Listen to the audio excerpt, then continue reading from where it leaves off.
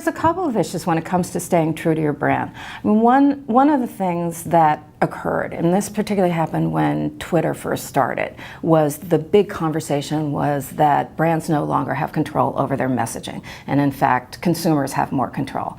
But really, that's really not true. What happened was that there were a couple of years when brand companies weren't able to manage their brand because consumers were ahead of them in terms of the technology. But what's happened in the meantime is the brands have gotten really smart, and they're doing real-time listening. So they know whenever a consumer is talking about the brand, and they jump into the conversation and re-steer the conversation.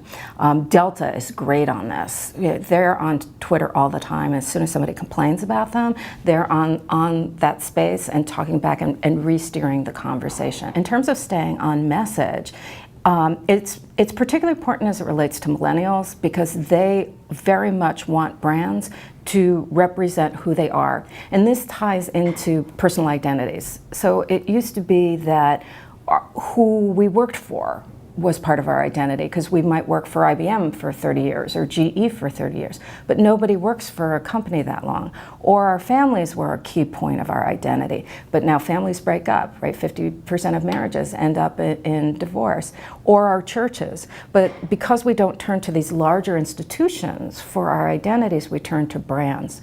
And so it becomes more and more important for a brand to make sure that their belief systems are embedded in the brands. And millennials are really looking for brands to do good. So that's why companies like Tom's really connected with that particular audience. It's also why Pepsi, when they did that Kendall Jenner ad, whatever, right? Why that was so wrong. Why it was so wrong, because it so fundamentally hit something that the brand couldn't talk to.